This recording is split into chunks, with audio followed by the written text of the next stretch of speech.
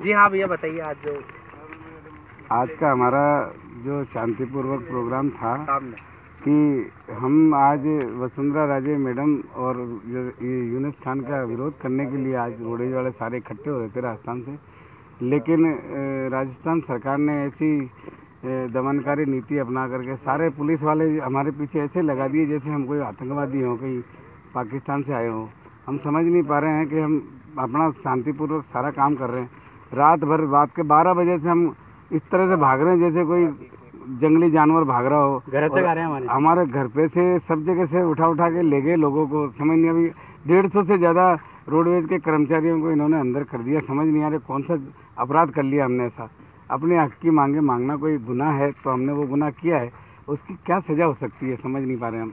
बड़े भागते फिर रहे हैं और ये देख लीजिए कर्मचारी रोड पे तो नज़र ही नहीं आता है। जहाँ पुलिस वाले देख रहे हैं और पूछ रहे हैं। अभी गंगानगर से हमारे 16 साथी आए थे, उनको 16 के 16 को उठा के राधेश नगर थाने ले गए।